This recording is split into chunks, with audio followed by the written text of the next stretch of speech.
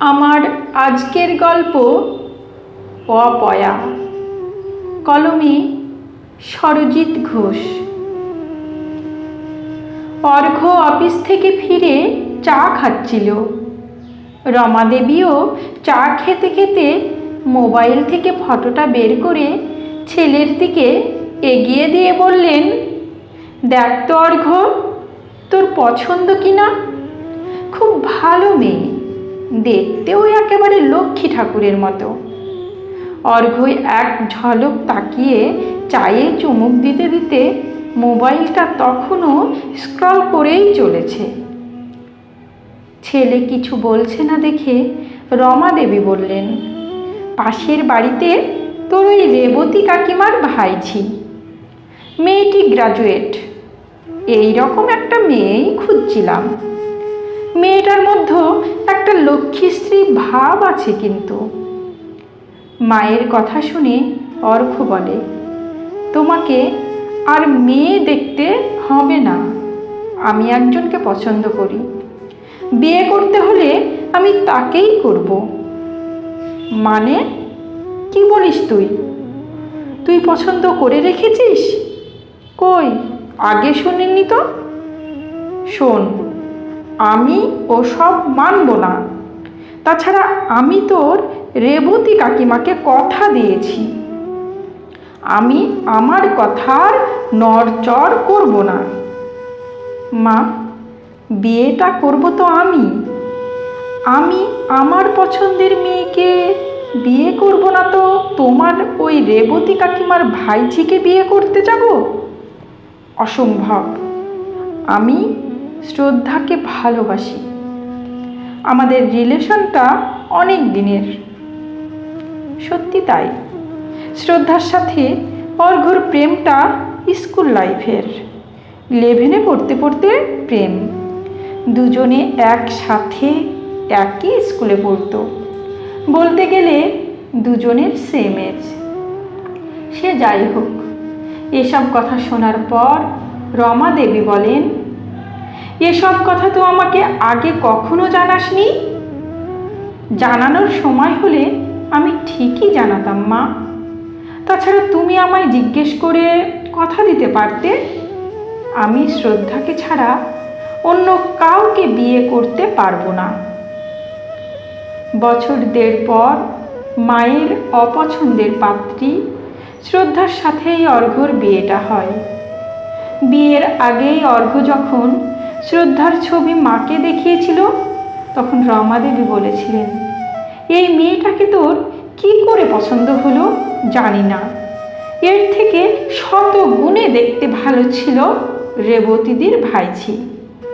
সবাই তাকিয়ে অন্তত বলতো, ঘোষাল বাড়ির বউ হয়েছে বটে একটা। এই মেয়েটা আর যাই হোক আমাদের বাড়ির বউ হওয়ার যোগ্য নয়। এখন তো আর তুই আমার কথা শুনবি না, বড় হয়েছিস। মায়ের কথা আর মনে ধরে? কথাই বলে, যার যেখানে মজে মন। মা, দেখতে সুন্দর হওয়াটাই কি সব? শ্রদ্ধা তো আর খুব খারাপ দেখতে না। তাছাড়া ও এমএ পাস। এমএ পাস নিয়ে কি ধুয়ে জল খাবো? আমার পছন্দ নয়, সেটাই জানালাম। বিয়ের পর শ্রদ্ধা যখন এ বাড়িতে এলো, শাশুড়ি রমাদেবীর একটা প্রচ্ছন্ন রাগ থেকেই গেল। কারণ নিজের পছন্দ করা মেয়ের সাথে ছেলের বিয়ে দিতে পারেননি। বিয়ের 1 মাসের মাথায় ঘটল একটি ঘটনা। অর্ঘ্যর চাকরিটা চলে গেল। অর্ঘ্য চাকরি করত ছোট একটা কোম্পানিতে। বিয়ের পর কাজ চলে যাওয়াতে রমাদেবীর সব রাগটা গিয়ে পড়ল শ্রদ্ধার উপর। রমাদেবী ছেলেকে ডেকে বললেন, এমন একটা অপয়া মেয়েকে বিয়ে করলি, 1 মাস যেতে না যেতে কাজটা চলে গেল।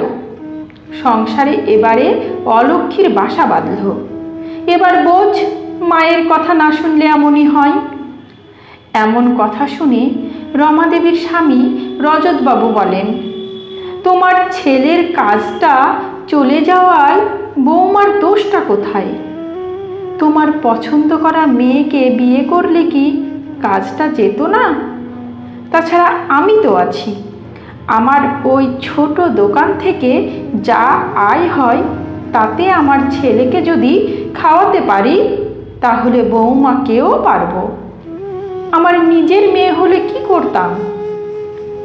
তাই কাউকে দোষারোপ করো না। এমন কথা শুনে শ্রদ্ধা আর ঠিক থাকতে পারল না। অজান্তেই চোখ ভিজে যায়। নতুন জীবনের শুরুতে এমন একটা ঘটনা ঘটল যেটা শ্রদ্ধার কাছে খুবই কষ্টের। অর্ঘ্য শ্রদ্ধাকে বলে, এতে তো তোমার দোষ নেই, তাই তুমি খারাপ ভেবো না। আমি একটা কাজ ঠিক দেখে নেব। একটা কাজ পাওয়া কি এতই সহজ? সব কিছু আমার জন্য হলো। ওসব কথা একদম বলো না। কিছু তো একটা করতেই হবে। তুমি চিন্তা করো না অত, আমার ওপর ভরসা রেখো। অর্ঘ্যর কাজ চলে যায় যেন সব থেকে বড় অশান্তির কারণ হয়ে দাঁড়ালো সংসারে। রমাদেবী প্রায় একটা কথা শুনিয়ে শুনিয়ে বলেন, একটা সামান্য দোকান থেকে ইনকামের টাকায় এতগুলো লোক বসে বসে খাচ্ছে, কারোর কোনো চিন্তা নেই, বাড়িতে অলক্ষ্মীর বাসা। তা না হলে এরকম হবে কেন? এমন কথাটা শ্রদ্ধার বুকে তীর বেঁধার মতো সজোরে এসে একটা তীর যেন বিঁধল। শ্রদ্ধার সত্যি খারাপ লাগে। প্রতিদিনই শুনতে হয় অলক্ষ্মী। অর্ঘ্য বুঝতে পারে শ্রদ্ধার কষ্টটা, তাই অর্ঘ্য ঠিক করে সে পাড়ায় পাড়ায় সবজি বিক্রি করবে।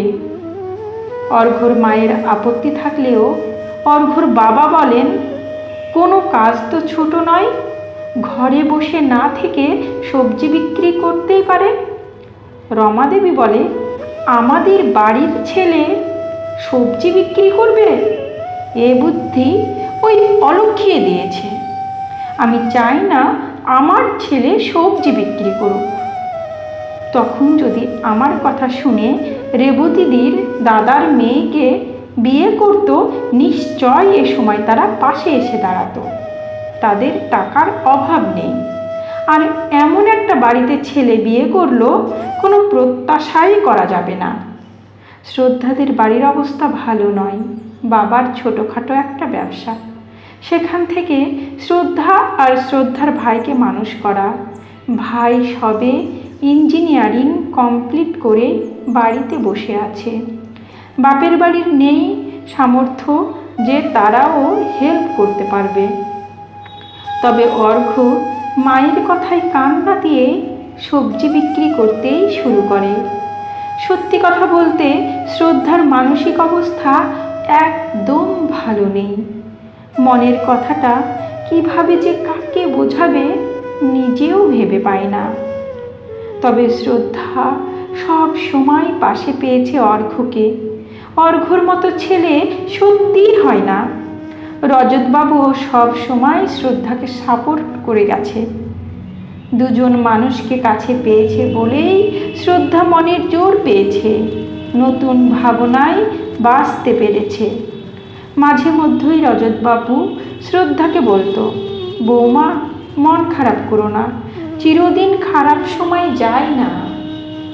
আর কেউ অলক্ষ্মী বললে তুমিও অলক্ষ্মী হয়ে যাবে না, ধৈর্য ধরো। তোমার মনের অবস্থাটা বুঝি আমি। শিক্ষিত মেয়ে তুমি, তাই নিজেকে তৈরি করো। মা সরস্বতী তোমার সাথে আছে। জানবে সরস্বতী যেখানে লক্ষ্মী সেখানে। তাই বাবা হয়ে এটাই বলবো, ভেঙে পড়ো না। আমি অন্তত তোমার পাশে আছি। এভাবে আরও কয়েক মাস কাটে। প্রতি বছর বাড়িতে সরস্বতী পুজো হয়। রমাদেবী চান না এ বছরে বাড়িতে সরস্বতী পুজোটা হোক। রমাদেবীর বক্তব্য, যে পুজোই করো না কেন এ বাড়িতে আর ভালো কিছু হবে না। কিন্তু শ্রদ্ধার মনে তখনও অন্য ভাবনা। শ্রদ্ধা চায় না বাড়ির পুজো বন্ধ হোক। শাশুড়ি মাকে বলেন পুজো বন্ধ করা যাবে না। অবশেষে সরস্বতী পুজো হয়, আর সরস্বতী পুজোর পরের দিনই একটা সুখবর আসে।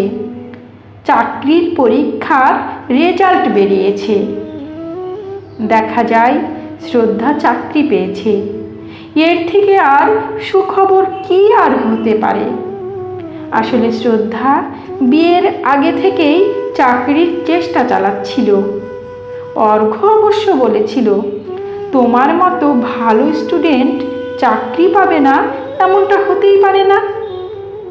সব প্রতীক্ষার অবসান ঘটে।